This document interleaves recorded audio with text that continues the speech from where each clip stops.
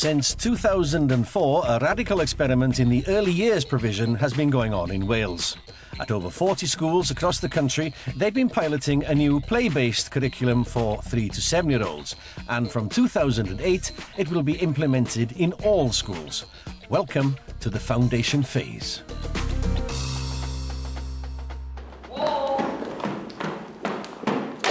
At the centre of the foundation phase is learning by doing and learning through play.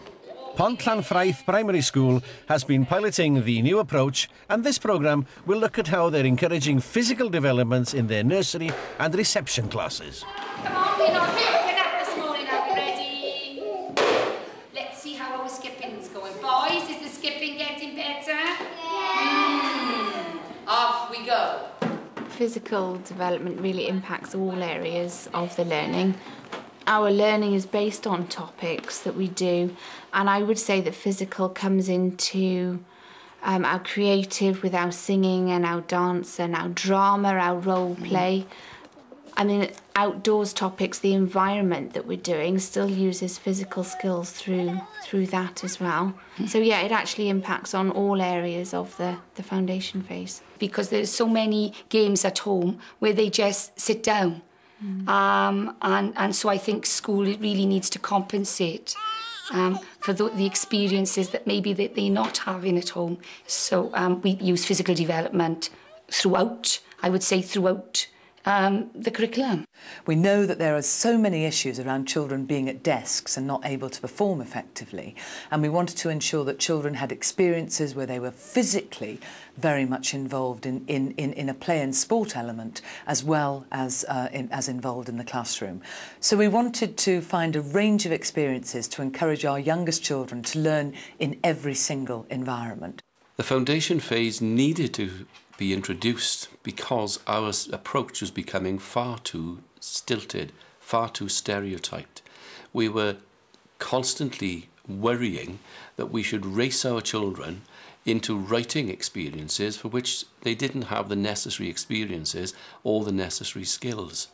To be able to hold a pencil, a child has got to be able to have some control over their fingers. They've got to be able to have manipulated different things. So their experiences in building with Lego, with stickle bricks, using pegs, threading, all those experiences are really, really important in having enough strength to hold and control a pencil. No child is going to be able to control a pencil and be able to write or draw until they've had all those pre-writing experiences.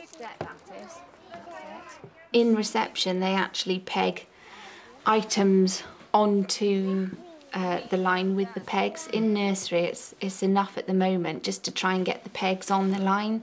So we're working on squeezing the pegs. Firstly, they're doing it with their hand, and then the older ones are starting to use a pincer grip. And then it's actually getting it on the line as well. It's sort of that hand-eye coordination.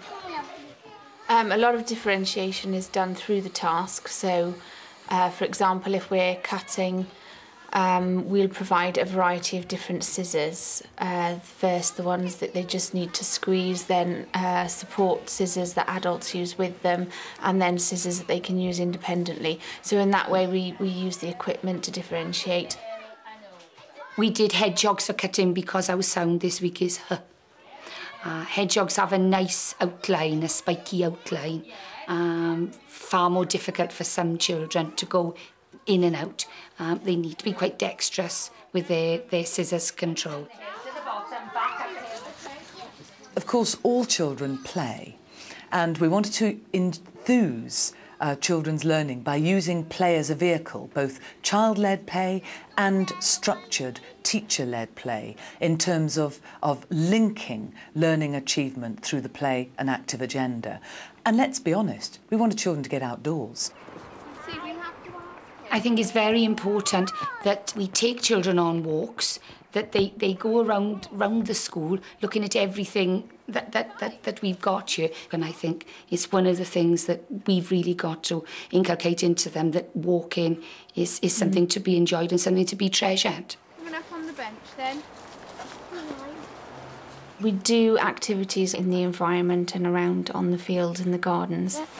I want you to concentrate now. I want you to think. Pussy in the box, pussy in the box. What's in the box today? Pussy in the box. I think it's dragon.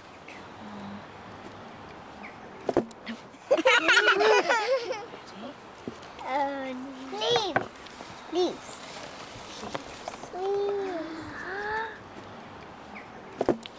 Have a look. They're not green leaves, are they, all of them? So if you have a red leaf, I have a red leaf. come and thread it onto our red lace. I love red. Today we did leaf threading, so we were talking about autumn leaves, and then you can bring in colours and shape and size, that sort of thing. But the physical skill was the threading of the leaves onto the coloured lace and the fine motor control that it takes to do that. That's lovely. That's lovely. There's a green one. Hi. I found that the planning was a little bit more than it used to be because you've got extra members of staff, and if you want to use those staff to their full potential, then you've got to plan well for them, really.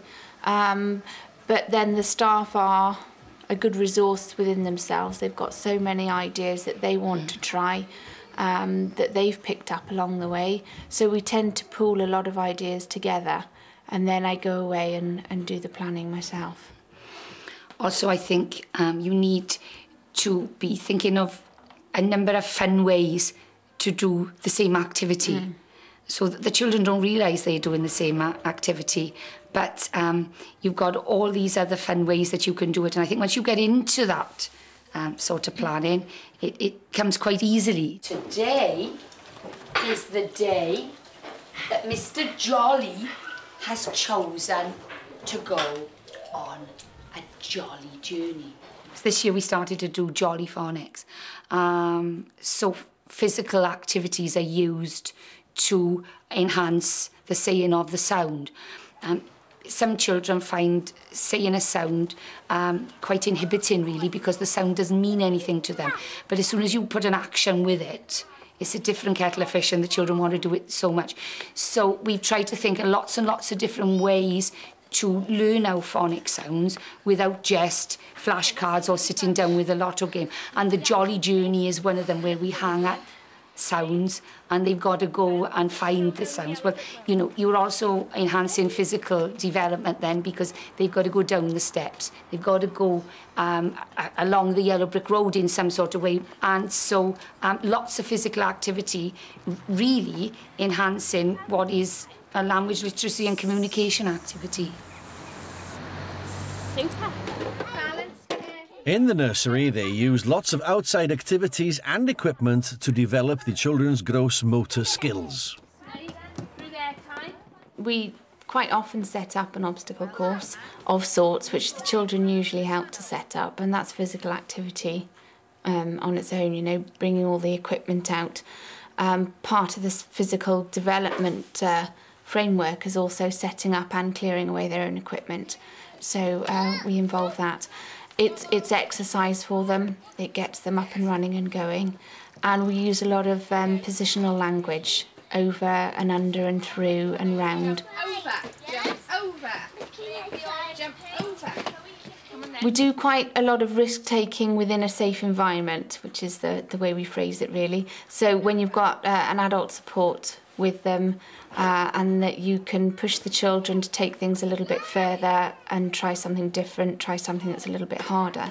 So we had the waffle blocks, and they said that it was easier if they pushed them together, and it would be harder if they moved them apart. So we gradually moved them further apart, and things got a little bit harder, and then to the point where they needed perhaps an adult to hold a hand, you know.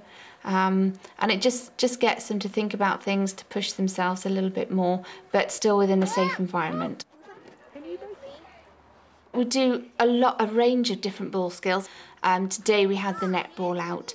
Apart from aiming the ball for the hoop, there's actually quite a big skill in throwing the ball. Throwing the ball up in the air is quite a complex sort of system of skills for the children to put in order to actually get the ball through the hoops. A red one, that's right. So Parents' reactions initially, like some reactions of professionals, when we first began, was that we were all about play, for play's sake. It was really important to emphasise that this was playing to purpose. It was playing with a plan. It was playing to take the children forward to future quality learning. We have a motto that we've adopted within our foundation phase here: learning to play, playing to learn.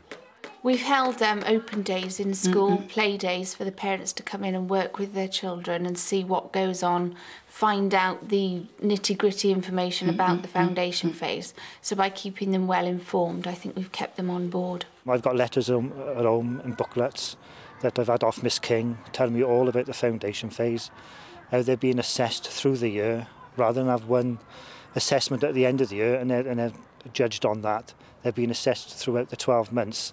And so she knows exactly what each child is doing through the 12 months. Well, I work on a name sheet basis to record progress. Each member of staff, when they're working with a child, will have their name on a tick sheet and they'll make notes on how well the child coped with the activity. Did they achieve the outcomes that were set for that activity or not? How much support they needed, that sort of thing.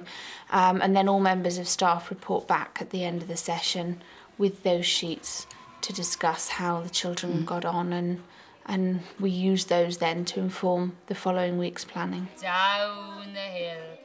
Biggest changes under the foundation phase for me is that I've got more staff working with me, so we can do more quality small group work, which I believe brings on the average child far more. The little child that you might think at the end of the week, how much have you done for? That little child really blossoms because of the small group situations. The foundation phase is very labour intensive. The whole benefit that we are experiencing at the moment is this enhanced pupil-teacher ratio. It means that children have, within a small group, a very good role model. Do you think we can sing the rhyme? Yeah. Ready then? Two little dicky birds Sitting on the wall. One named Peter, one named Paul. Fly away, Peter. Fly away, Paul. Come back, Peter. Come back, Paul. There's a smaller adult-child ratio, so that we tend to spend more time talking to the children, enabling them to have develop with greater confidence and to be able to speak more freely and to actually spend the time talking to the children, getting to know them. I think Peter's gone missing. During my teaching career, at one point, I had reception class of 37 children with myself and a part-time nursery nurse. And however much you tried, there was no way that you could give those children the input that they needed. As a result of the foundation phase, I think I'm a far more laid-back teacher now. I don't let things worry me the same. So I think I've benefited as much as the children have benefited. Yay! Staff have become more relaxed, staff have become happier, and as a result, this happiness has passed over to the children.